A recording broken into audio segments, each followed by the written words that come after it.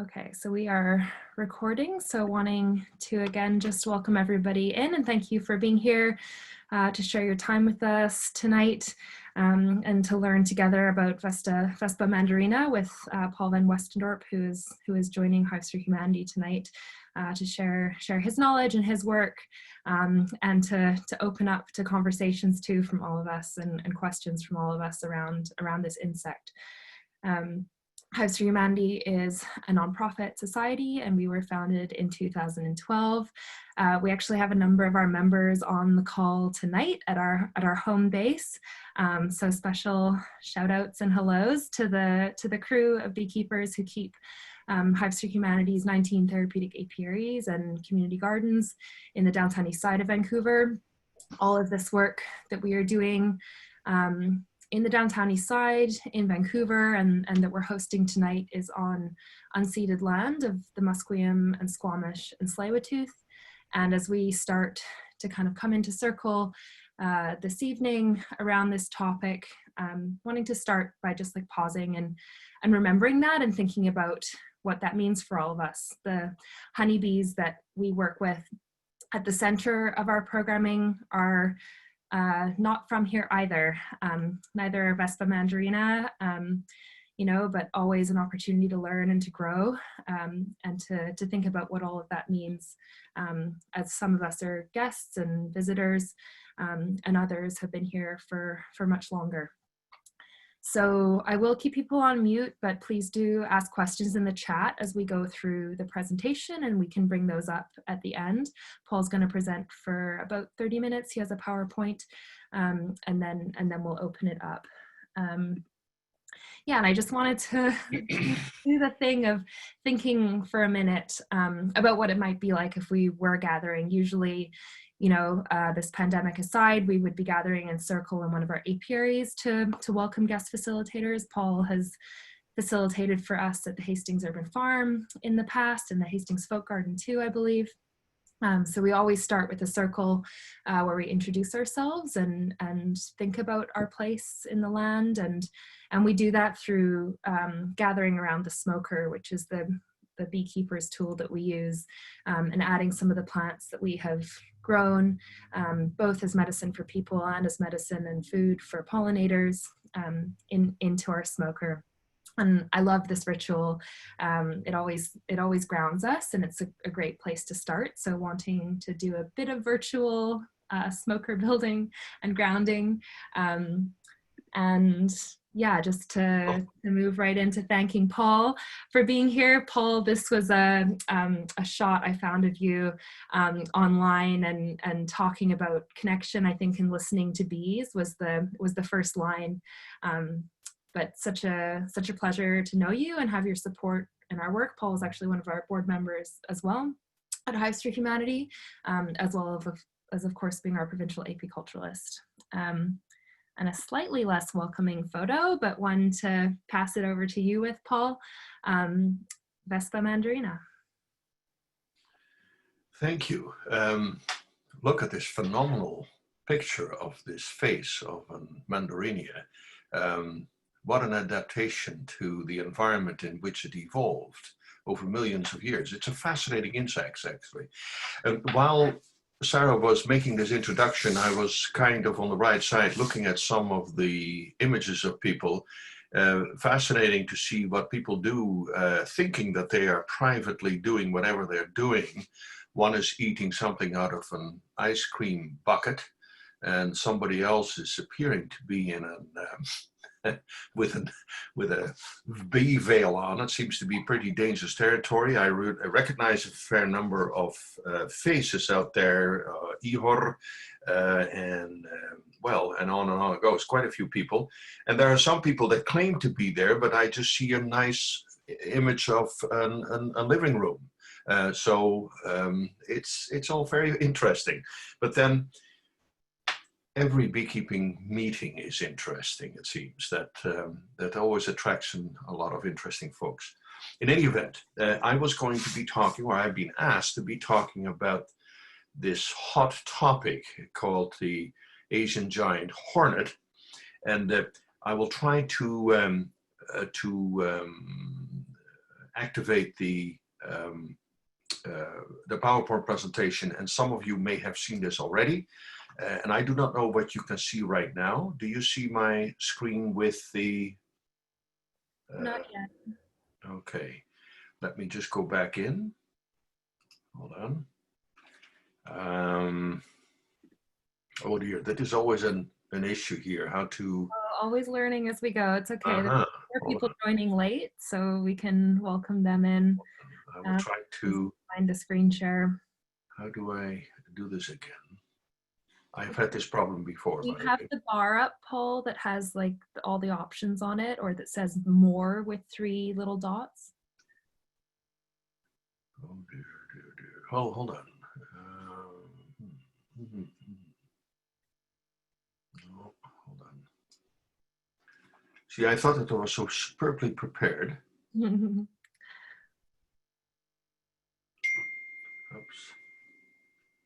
For me, it's at the bottom of my screen with all the sort of options around video and... Yeah, but I see security, participants, chat, share screen. More.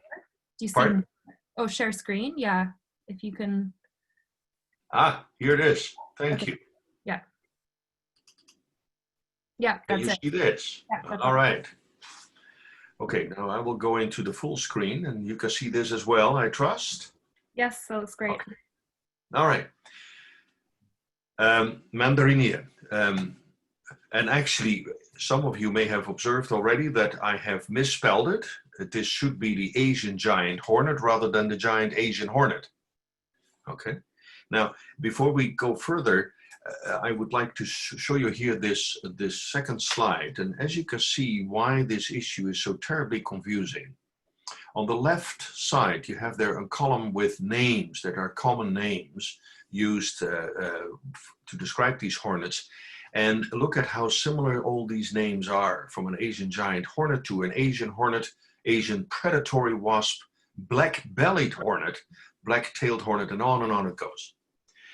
So that's why within the group of people that talk about these things a lot, we prefer actually to use those very simple scientific names on the right side.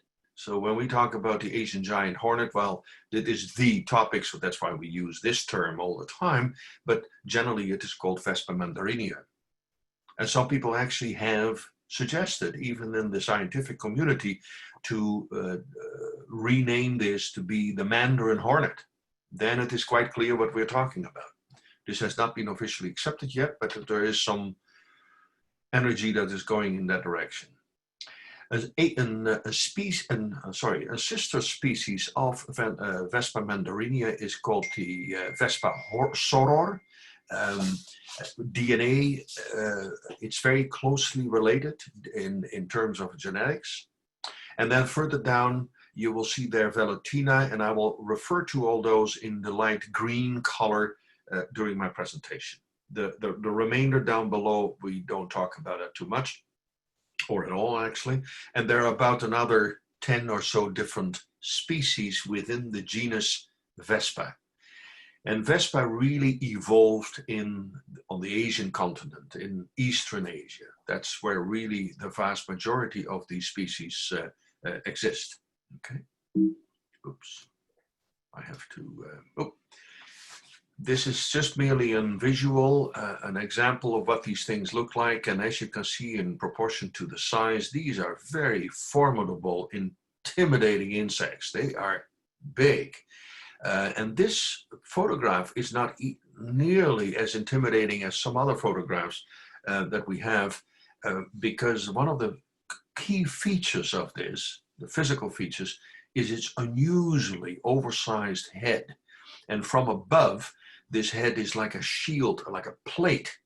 And that is largely for defensive purposes, but also to accommodate these huge mandibles that have been designed to chew up other insects, because that is really what it is after. It eats other insects.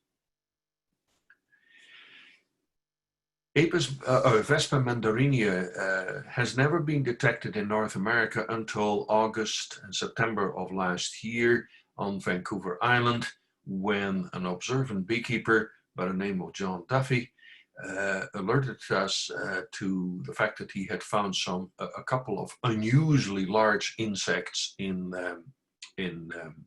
his apiary. He managed to collect those, and I asked him to send them down to me by courier, and the next day I had them, and I went to UBC and got them properly identified. This was not just UBC, it was also Ottawa and a lab in Japan, and they identified this properly as being Vespa mandarinia. So this was the first time in North America that this particular invasive species had ever been detected. After that, there were a number of other sightings, and all of them within a very close area and within a short radius of the original find. So clearly there was somewhere a nest out there that seemed to disperse these individuals for foraging for food. And I refer to this a little bit later, but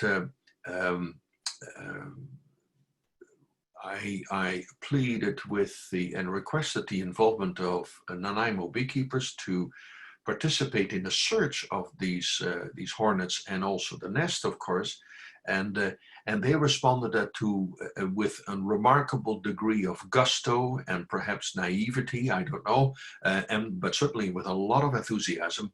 And within an extraordinary short period of time, they managed to eradicate this nest. And I think that they deserve an enormous amount of credit for what they did. I will go back into that a bit later. The site they had eventually found is clearly a favored, the nesting habitat these hornets have. They really like a forest habitat in which they build their nest. And as you can see, they are unique in the sense that they are ground nesters. They do not develop these paper nests that we find with bald-faced hornets or with yellow jackets or some of our native species of wasps. This is a ground nester, which makes it quite unique. And it also likes not only a forested habitat with nice forest floor vegetation, but it is always on a slope. And that is important for future searching, for nest searching. And that is largely an adaptation that they have learned to avoid flooding of the nest. And I'd like to refer to the photograph on the right side. There you can see the forest habitat and the large tree right almost in the center of this photograph. It was about just 2 meters to the left of that where we found the nest, and you can see the nest entrance right to the left photograph in a rich soil, sandy soil with root systems, and that is exactly where they like to nest. And the reason I like to point this out is because notice that just to the right side of this large tree, you have there a walkway, and this is all right in the center of Nanaimo, in a public park.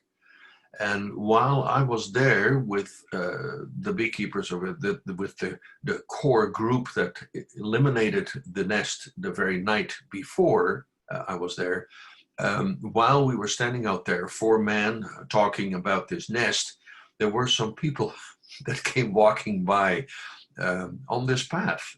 They had no clue what we were looking at or what we were doing. I'm sure that they kind of raised their eyebrows and thought, these guys look weird.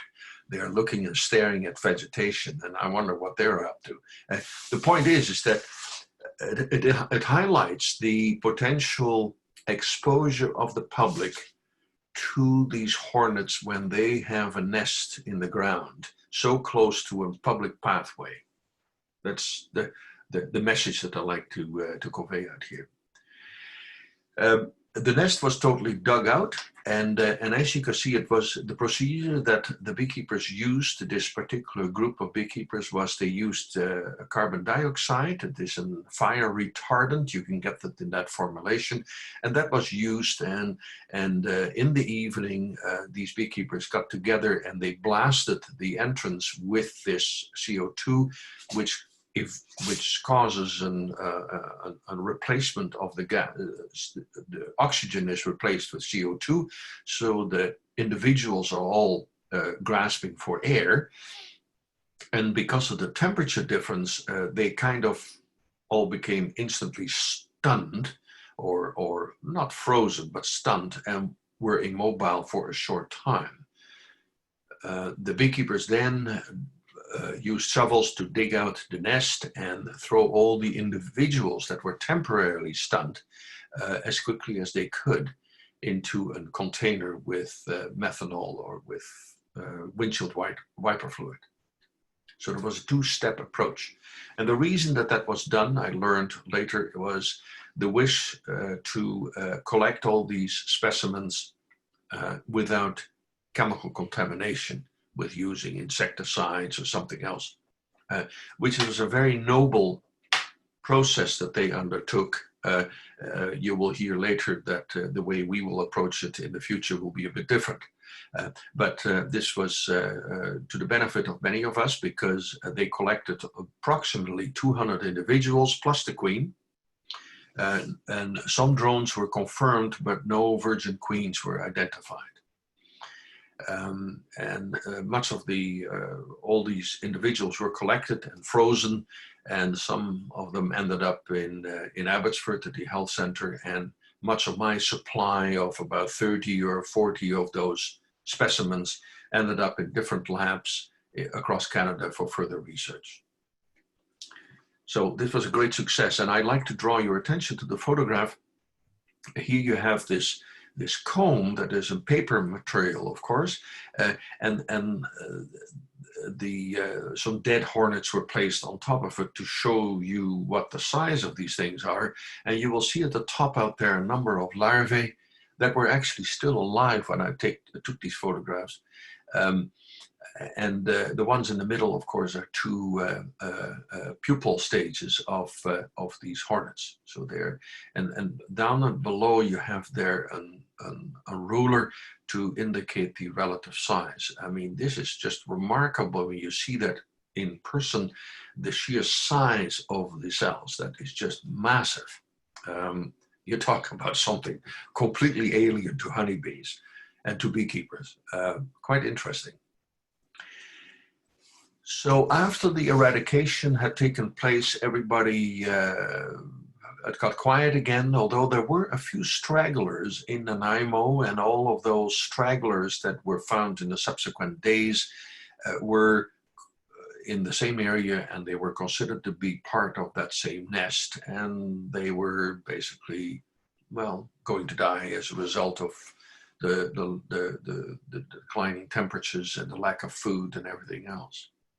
So everything quieted down, and we focused our attention to basically set up a surveillance program for 2020 this year in Nanaimo. But everything quieted down, and so we resumed our normal activities of beekeepers meetings and things of that kind, conferences, and you name what. And then suddenly on November the 13th, the whole situation changed. Suddenly there was a person who reported the sighting of a specimen of this hornet on a construction site right in the middle of White Rock. And I was not able to ever collect the specimen or tissue of the specimen because the gentleman had thrown it out.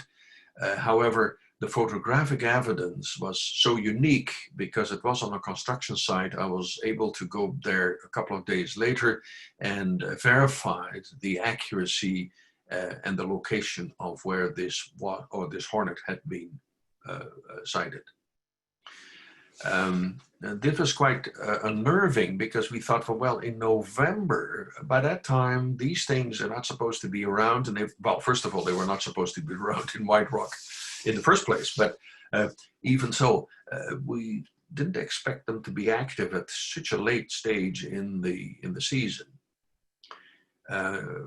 This resulted in, the municipality of White Rock being informed, and their parks and rec people involved, and all kinds of things. And while this had gone on, shortly thereafter, we got a message that I'm ahead of the game here, actually. This was November the 19th, and would you believe it? Oops, that I'm doing something wrong here. That the very 3 weeks later, this happened. 2 specimens were collected in Blaine, Washington. This is December the 8th. Would you believe it? It is quite extraordinary. There should be no activity of these characters, and here there were. One was dead, and the other one was collected by the State Department of Agriculture in Washington, and was subsequently identified, of course, as Vespa mandarinia. The linear distance from the White Rock site to the Blaine site was about 17 kilometers, and that was beyond the expected foraging range of these insects. And that suggested that there must have been a nest somewhere in between. And I will get back to that a bit later. So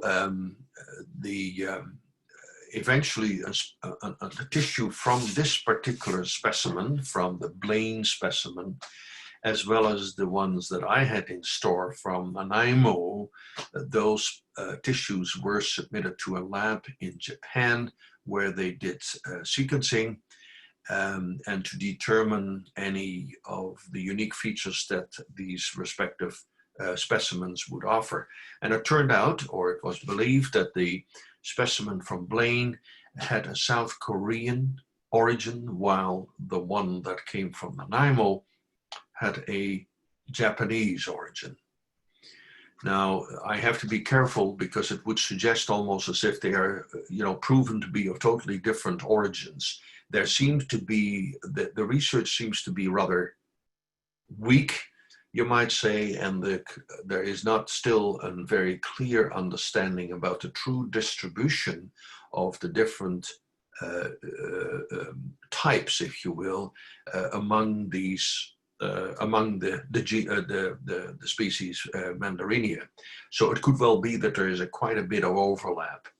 So all what I'm saying is the degree of certainty that one came from Japan versus the other one, South Korea, is suggested, but it has not been truly proven. There's not enough data to support that argument in a strong sense. Notwithstanding, it is interesting, and I will refer back to that a bit later, about our exposure here on the West Coast to future introductions of these particular pests. Anyway, no further nests in Blaine were identified or were located, and we have since that time worked quite closely with the Washington State Department of Agriculture to coordinate our activities, because clearly we seem to have a common problem. Okay.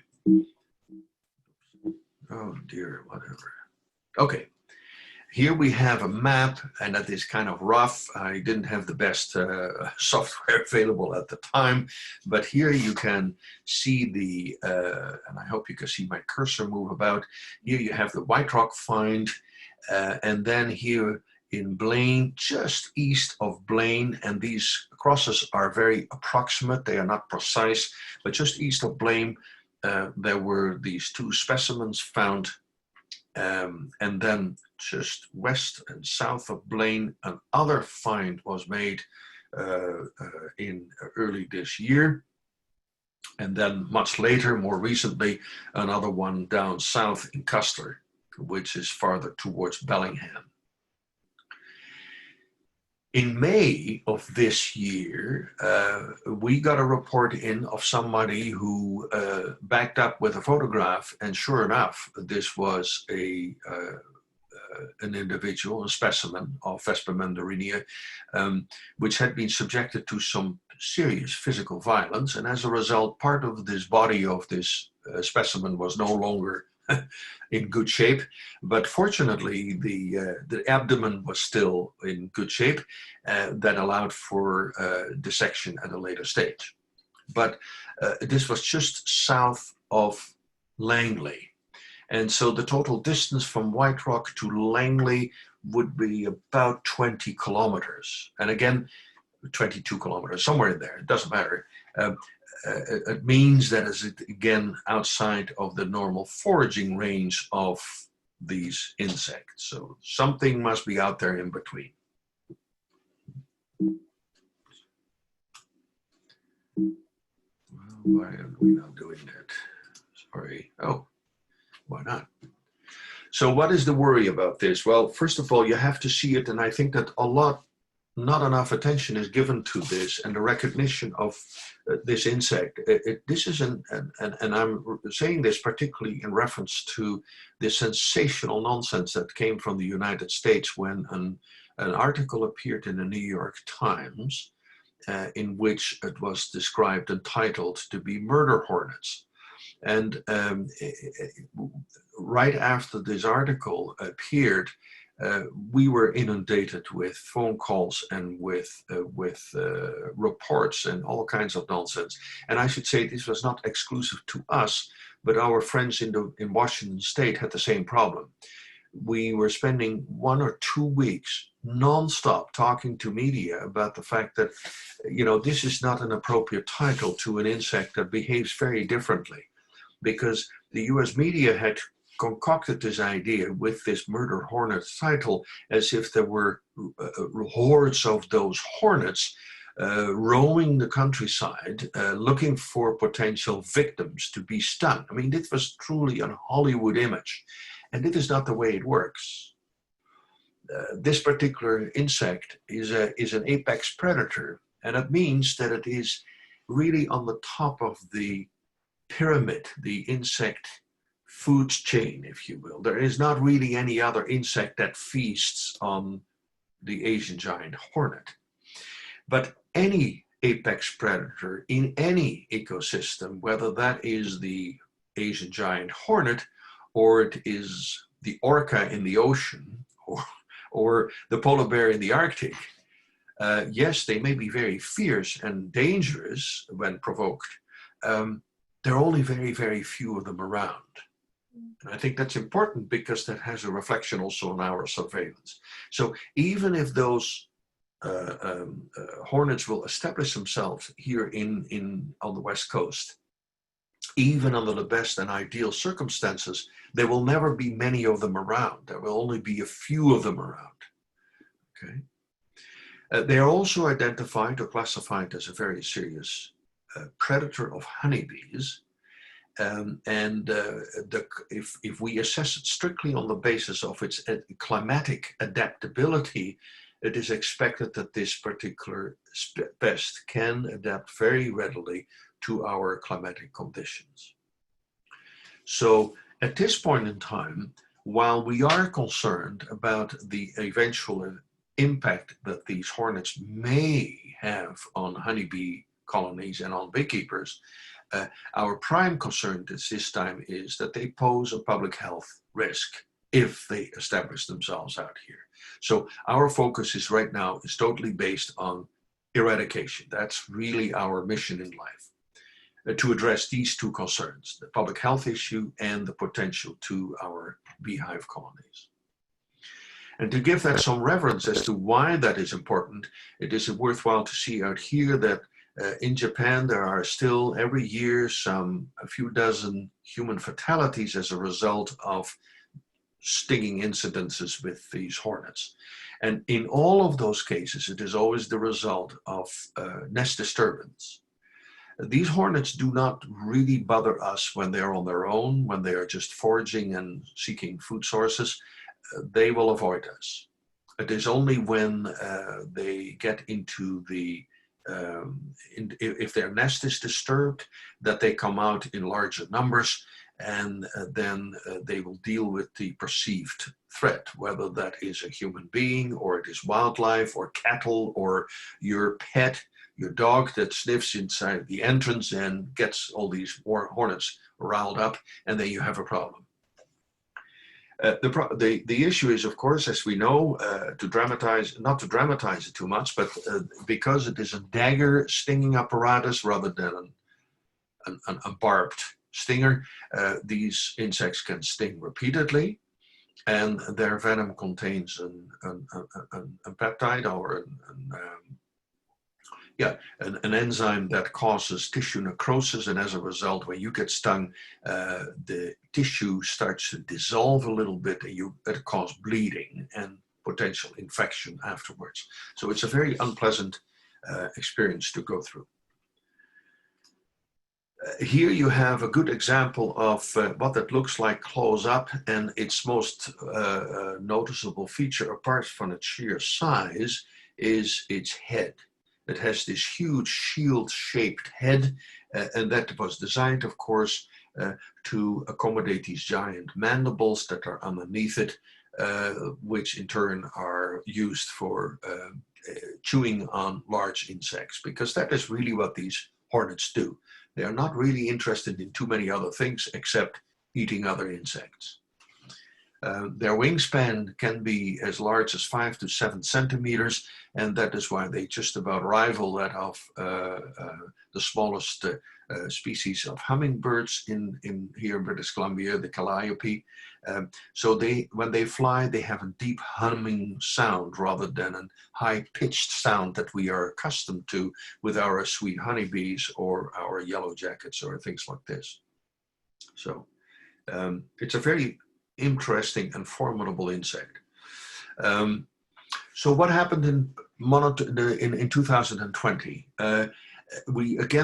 Much of the strategy, because of the relative rareness of these insects in the landscape, we really rely quite heavily on the participation of the public and of beekeepers and of parks and rec folks and municipalities and the RCMP and the border agency and even the US border people I talked into keeping their eyes open, because I thought this, these guys are crawling around on the 49th parallel all the time, and these guys are prime for running into one of these nests if they're not careful. So we have been extending our our communication with as many parties as possible. With the participation of a number of organizations, including BC Invasives.ca, which is the Invasive Species Council of British Columbia. They have a website, a very good website, that permits people to submit a report plus a photograph. Then we have also the Ministry of Environment that has a website where people can report these things. And I also have my own not website, but my email that people are welcome to submit their findings. What we really value is not only a description of unusual activity, particularly around apiaries, but also photographic evidence or physical evidence. Okay. Now, as a result of these websites, I do not dare to count the number of reports that I have received through the Invasive Species Council and the Ministry of Environment since October or since September last year, but it has really picked up since March and April of this year, and I receive probably, dozens of reports every week. I have had to energize, if I can call it that, my taxonomic skills that I have largely forgotten from way back 40 years ago when I was at UBC. The number of insects that I'm looking at is just remarkable. I love to share them with you. It's just amazing. And at times, it's kind of sad, because I even see people that submit a scary looking bug and it turns out to be a bumblebee. And I feel kind of sad that people are so misinformed that they cannot even recognize a sweet bumblebee, for heavens. Anyway, you wonder what the school system does. Anyway, we don't go there. Here's another photograph of one of those fantastic specimens of the Asian giant hornet that was found close to the nest in Nanaimo. So the whole surveillance program is based on the public's participation. Registered beekeepers, we have sent that out to, I don't know how many people that are close to the border, about 165 beekeepers. Maybe some of you have received that as well. Also, we have submitted pamphlets and things like this to the residents of Langley and South Surrey and White Rock, and then so on and so on. So the idea is that we have a whole set of traps, predominantly bottle traps, and I will show you after this PowerPoint presentation what some of these traps look like, or I have only one trap out here, model. But there's a whole grid of distribution of traps that have been set out along the border from White Rock all the way up to Aldergrove or close to Aldergrove. And there are two other areas where we have trapping activities going on. One of them, of course, is Nanaimo, where this core group of beekeepers are doing very intensive surveying at all times throughout the season. And then more recently, there have also been a set of traps being set out at in the Cowichan Valley between Duncan and Lake Cowichan, because we have received a number of quite credible reports that strongly, well, not strongly, that indicate that there is a possibility that these wasps or these hornets are there also. So just to be sure, we have solicited the input of beekeepers there, and they are manning these traps, and we go from there. In addition, I have received permission, or I did receive permission to hire a couple of students through the Invasive Species Council, and these are it's a crew that actually mans all these traps and monitors them and refills them and so on and so on. And when anything is found, then we have the crew that will go manually, if you will, physically, so-called the boots on the ground, will go through a particular area where we suspect a nest is located, and a search is on the ground. And if it is found, that it will all be taped off, and another crew will come in to go through the eradication process. The eradication process is very swift. It's not as genteel and civilized as what the crew in Nanaimo did last year. We have only just one mission in life, and that is in respect to this, and that is to eradicate the nest as quickly as possible. So we will use an insecticidal foam and inject that into the ground cavity where the nest is located, and we will probably have to go back the next day to do another application. So, and then we will dig them all out to make sure that the nest no longer exists. Okay, so that is basically the strategy that we will follow. Now, the thing that I like to refer to, and that shows the importance of it, is just to explain the life cycle of Vespa mandarinia is such that during the winter season, there are, similar to normal wasp, native wasp species that we have out here, that you have just the queens that have emerged from their nest in the summer, in the late summer. These were the ones that will winter on their own in a small crevice or in a protected space somewhere. And when the weather improves, they will emerge and they will try to establish their nest on their own. All their offspring are sterile workers or sterile females. They will never mate, and all what they do is help mama create a larger nest. And it is not until late July or in August, depending on the weather conditions and the success of that nest up to that point, when the nest starts to get into this different phase where it is getting ready to raise sexually maturing offspring. And this is the critical phase where this nest will require a great deal of animal protein. And for that, it will seek honeybee colonies because they offer so much protein. And how that is done by these wasps is really fascinating. It's that there is scouts that go out and visit an apiary, and they may have a whole bunch of colonies out there, but they will select a particular colony, assessed on the basis of traffic or size or whatever it is that they use as cues. And the scout will then leave a pheromone mark behind near that hive, and that will go back to its own nest to recruit a number of her sisters. And then they form essentially a raiding party.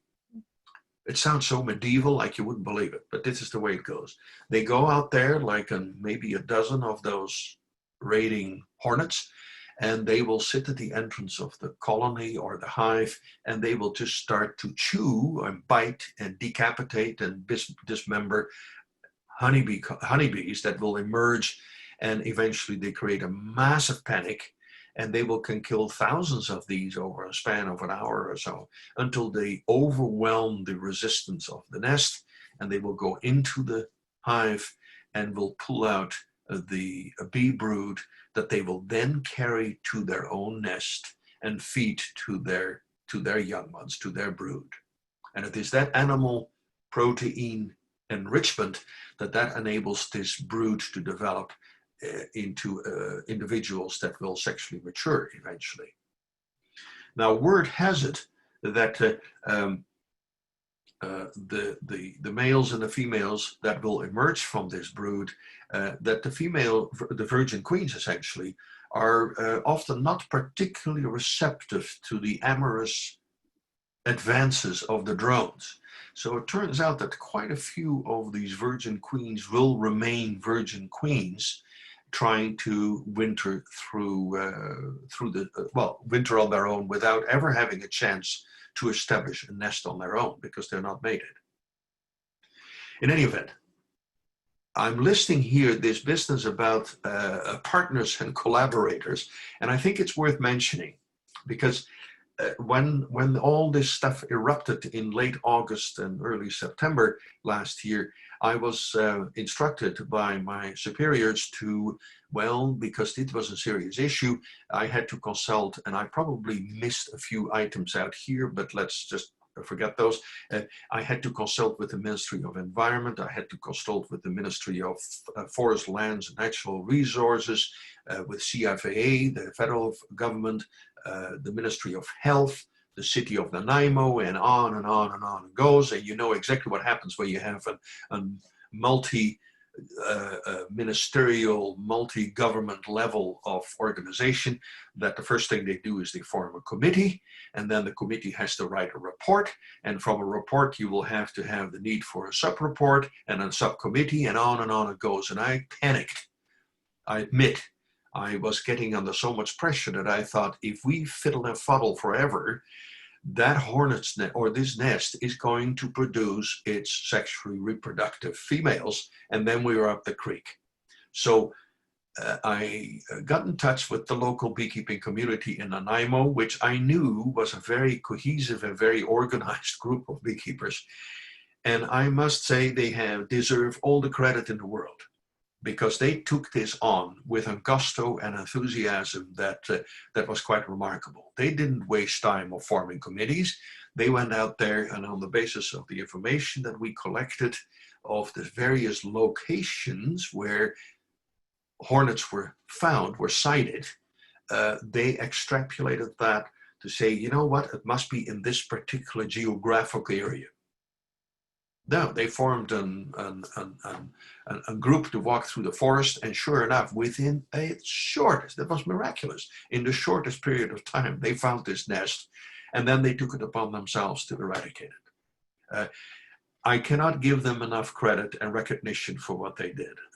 This is really something worth in the annals of the history of beekeeping in British Columbia. This was quite remarkable. And this was the very first nest ever discovered in North America, and here the beekeepers took it upon themselves to really deal with this, not only for their own interest, but as a public service, and I have to applaud them for that.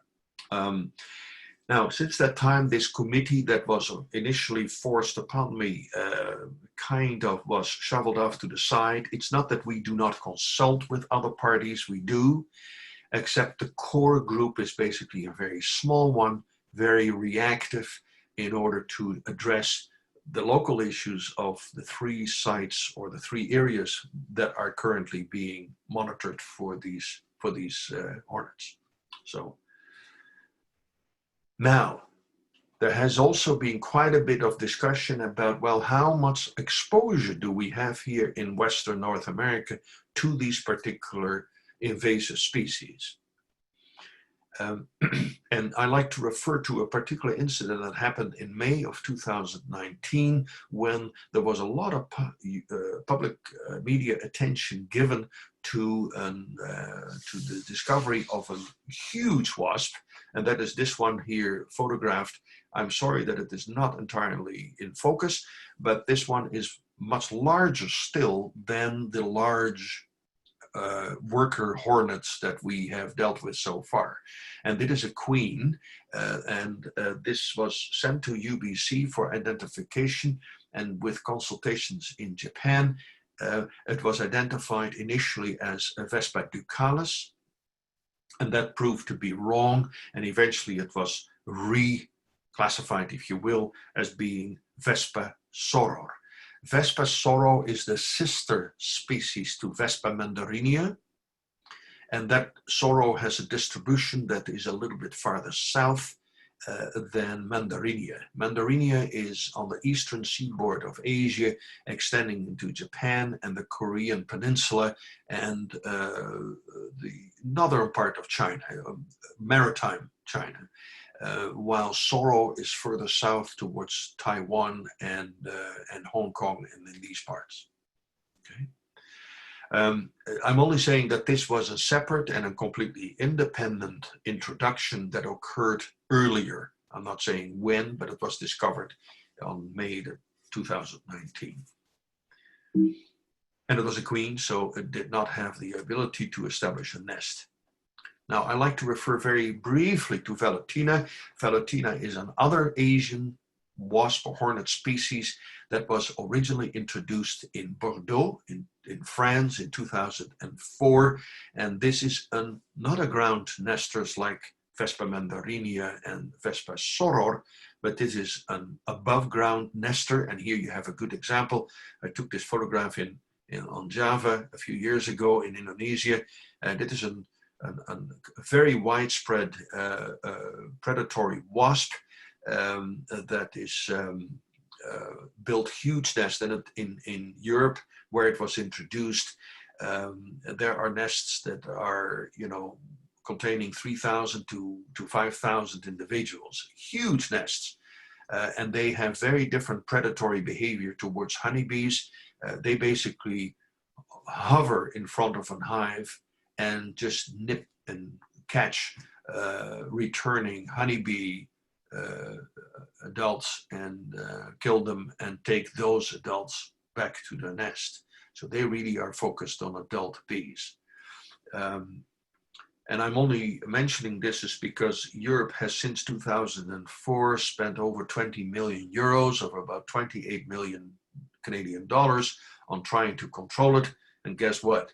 It's still spreading. And here you have a good example where these nests, where these nests are continue to develop. And here you have a rundown. It is even now in the UK in 2016 it arrived, and it keeps on going.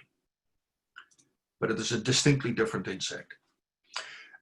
We get hundreds of these reports in, and of course, in many cases, in the early springtime, it is most often the sawfly. There are a number of species of sawflies. Of course, the one here is an elm sawfly that is on the right side.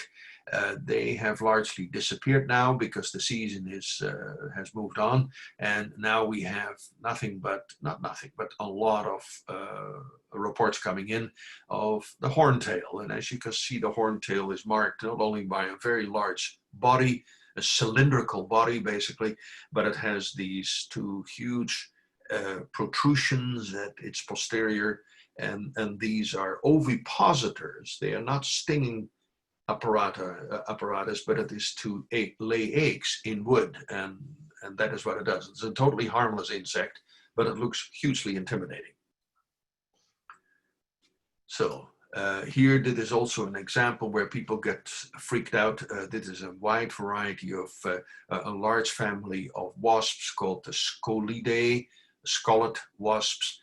There are smaller ones and large ones, and they have somewhat of this hornet-like appearance as well.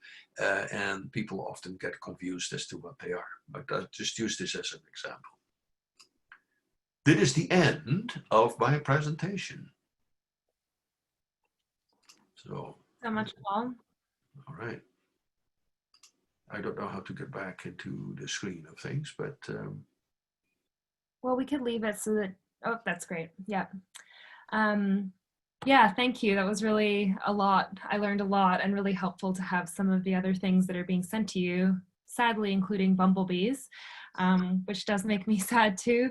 There's some really great resources, including the BC Native Bee Association and others like EYA for learning more about identifying our wild and indigenous pollinators, including all those massive bumblebees. And this was really helpful for really keying into what makes Vespa mandarinia special, that incredible apex predator. So there was one question in the chat, which I will find and re-ask, which was about the establishment of this species. Like, is this considered an established species with all of these sightings? Do you expect it to establish? I think you spoke to a bit of that earlier, but maybe just to ask you to speak to it again. okay. If we use the criteria of climate adaptability, indeed, it is expected that it would have no problem to establish itself out here. But there are other components, other factors that play a key role in the adaptability or the success of such a pest. In Asia, it will have a distinctly different prey fauna to deal with than out here. It will have other competitors to deal with. We have here in British Columbia a predominantly evergreen vegetative cover. Not so much in the Fraser Valley, of course, but further into the interior and north, this is predominantly evergreen. We do not know how it will actually manage in this environment compared to what it is in Asia, where it has much more of an deciduous environment to deal with, and therefore a very different prey fauna to deal with. We believe that it will have quite some difficulty to move eastward, not only because of the mountain ranges, but if you get into the Okanagan, it is simply too dry for these insects to proliferate. At least that is the information so far. It could be different, but we believe that, say, the Okanagan is going to be too dry and not sufficient diversity in terms of its prey to be successful. The prairies, of course, are totally out of the question because there's not enough forest habitat for them to live in. Washington State has, not just because they are Americans and therefore always have big equipment and, you know, the Humvees are tanked up and the helicopters are ready to take off and help in the search for hornets. They have a much bigger program than we do, but they do have more concerns than we do because there is a much higher potential for this particular hornet to migrate south into Oregon and from Oregon into California, and that is a big concern. Thanks, Paul. That's really helpful. There's some thank yous I want to pass forward. One from Will, just thank you for the presentation, and one from Harpona offering a glass of red wine. A couple more questions have come through as well. So, you know, you spoke about this fact that it is, you know, when we step on their nests, when we are disturbing their nests, that is when we are eliciting this defensive behavior. Julia Common, hi Mom, Hives for Humanity co-founder, is asking, like, what do you do if you step on a nest? Brian Campbell is suggesting to run, but yeah, what would you say to that? Well, I think it's a very valuable set of questions. instinctively, when we step onto a nest and they come out en masse, and you're talking about maybe a dozen or so, they come out after you, the worst thing to do, well, you can run. I mean, run is for sure is a good thing to do, but the worst thing to do is what we instinctively want to do is run into the open. Don't run into the open, because these hornets can fly much faster than you can run. And if you are in the open, you are a visual target for them, which is the worst thing to do. What you actually should do is go to the nearest dense bush and go on your hands and knees and crawl through there as fast as you can. The sweeping branches will confuse the hornets hugely and will make it very difficult for them to follow you. It is somewhat of not a particularly honorable way of exiting, but it is more effective than you trying to outrun them. Brian was also adding, he read that a guard hornet will fly out and circle your head when you're about 10 feet from the nest opening, and the hornet clicks its mandible audibly as a warning. So I guess. Very possible. When things start to deteriorate, all kinds of things start to roll in your head, but you have to be really quick in your response. Yeah. There was one more from Sherry, another familiar name and face. Hey, Sherry, one of our volunteers, and was asking, are there other countries dealing with this, like with this invasion or with this species traveling? Unfortunately, Vespa mandarinia has only been confined to Asia, as far as we know.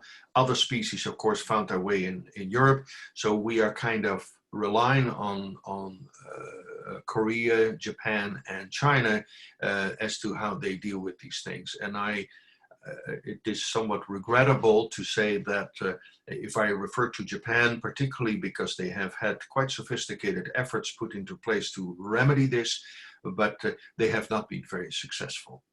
There has been extensive work done on pheromone trapping and things of that kind, but so far these results have been rather poor.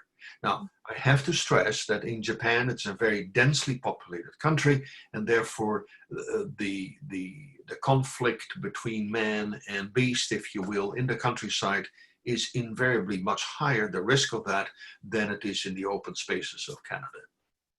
Yeah, where we have more room for them to have undisturbed nests. Yeah. So two follow-up questions from this. One, Julia, following up, is there any first aid protocol that is established? Is it a 911 call, or is there, what can you do? Well, the problem is that mostly when these encounters do occur, you're mostly not right at your kitchen door. You're mostly out in the field, and that is where the risks increase, of course.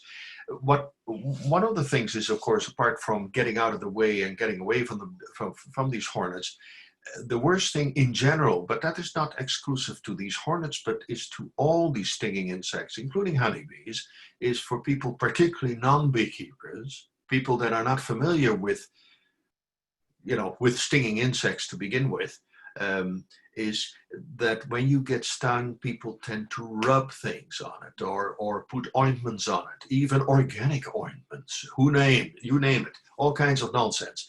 That the result of that is that the venom is already underneath the skin surface, and when you rub it, even when it is just water, you end up spreading it all over the tissue. The key here is not to touch it at all, and if you have access to an ice cube, you just put an ice cube on it to immobilize the venom. That is really key in order to minimize the overall response that your body generates in response to this venom. So do nothing is a remarkably good and effective way to deal with it. And then there was one other question, which is from Patrick Nangle. Hi, Patrick. Moto founder and beekeeper. As beekeepers, is there anything we should be doing to protect our hives, or is it too early for that? So yeah, is there anything we can do as beekeepers? At this point in time, I suggest that we are now in August. There is a very healthy population of yellow jackets, familiar to all of us, and hornets, but particularly yellow jackets, and they are eyeing our hives very closely. So a screen excluder is already an important strategy to take. You probably want to get rid of your top entrance as well, because the honey flow is really coming to the end. We wish more, but keep in mind, beekeepers often think, oh, the bees still collect an awful lot of stuff.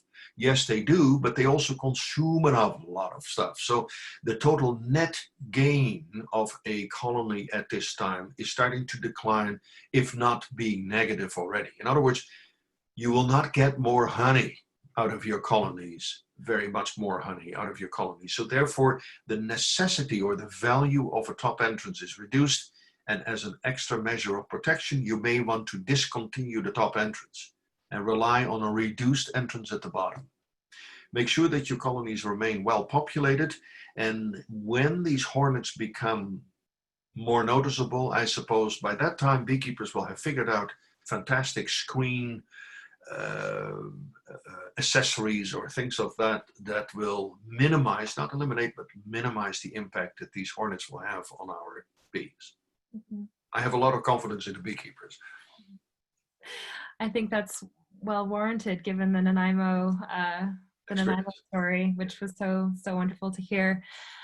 More thank yous coming in from Jenny Campbell and from James to you, Paul. I did want to just put our crew who is at our space on Glen Drive just to pause and see if there's any questions. We had a number of our gardeners and beekeepers, I think Ali and Fraser and Jim and Ian, and I'm not sure who else gathering. So don't be shy, home team, if you're there and have any questions. Jim has one question. Great. I was wondering what things like plantain, like to actually draw the toxin out, would that help with it? Things like plantain that actually draw the toxin out, would that help? Yeah, like plantain leaf that we often pick from our gardens to work with honeybee stings, plant medicines that are drawing toxin out. On a hornet? Yeah, is there an equivalent for hornets? Or no idea. I have no idea. I don't know. It would be marvelous if it works. The only thing is that my suggestion is that when you get stung, particularly out in the field, before you get home where you can apply all kinds of things, but I would just leave it alone as much as possible if you can, to basically localize the venom to the extreme. I mean, these hornets are huge, and they will, not only is their venom very potent, the total volume that they can deliver into your system is quite high. So it's not without risk, and therefore rubbing or spreading it around or manipulating that particular spot, I think it's just adding risk to the situation. So I would leave it alone if you can afford to do that. Yeah, thanks, Jim. We'll have to maybe we can look into actually what even the venom is and start trying to think of that. Paul, one more question from Fraser. Thanks, Nadine. Another question? Yes. Yeah, this is Fraser. I want to know what agitates them. Is it sound and or fragrance that agitates them also? So Paul, we had talked about defensiveness, but can sounds agitate these hornets, or fragrances too? You know, sometimes that's often what we're talking about when we're in apiaries, is like, how are you moving? What vibrations are you making? What smells are you putting out? Oh, yeah, I don't know. Sound is not an issue here, but it is the vibration of the soil, the ground on which you step, that will certainly be perceived by these hornets very acutely. And of course, that is true when they come out, and you, it's a question of you being perceived as a threat. And if you are very quiet without movement very much, and yeah, if you have a particular scent that exudes a lot of CO2 or other things, yes, maybe that will attract them. But generally, the wilder your movements, the more attraction you get. It's not entirely dissimilar to honeybees that are pissed off. They do the same thing. If you are quiet and you are deliberate in your movements, as we learn as beekeepers, the risk of serious stinging incidences are far, far lower than when you are just a wild demon jumping around in the forest. Then the hornets see you as a threat. So learning where we are and how we move and how it affects what's around us, I think is key. yeah, it's always the lesson with honeybees. It's the lesson we're trying to learn for our human communities too. And so not surprising to hear that, you know, observing and educating and seeking to understand behavior is the lesson here. And that really it is defensiveness that we're eliciting. So how to understand where these insects are living and why. So yeah, thank you for that. I did put your website on our presentation too, and I'm just going to copy both of these into the chat. In case anyone has not visited our Hives for Humanity website, we have a list of resources there, and you can learn more about our programming and upcoming workshops. And then also that's the site to start getting into Paul's world and find some of his other links. So yeah, another thank you coming through from Anson Paul, just saying such a pleasure to learn from you.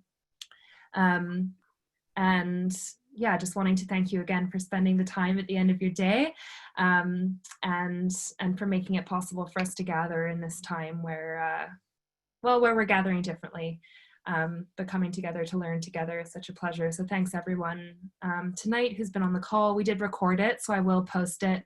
We'll send it out in a follow-up email to everyone who registered through Eventbrite, and then we've been putting them onto our small but growing YouTube channel. So if you've missed any of our other online presentations, you could check that out and see some of the other ones. But yeah, such a pleasure, and thanks again, Paul. And just imagine that I'm presenting you some pollinator seeds and a beautiful candle poured by Fraser, perhaps, and some honey tagged by Jim and Allie and the gang. To just thank you for your time again tonight and always. Anytime. Thank you. Okay. Good night, everyone. Thank you.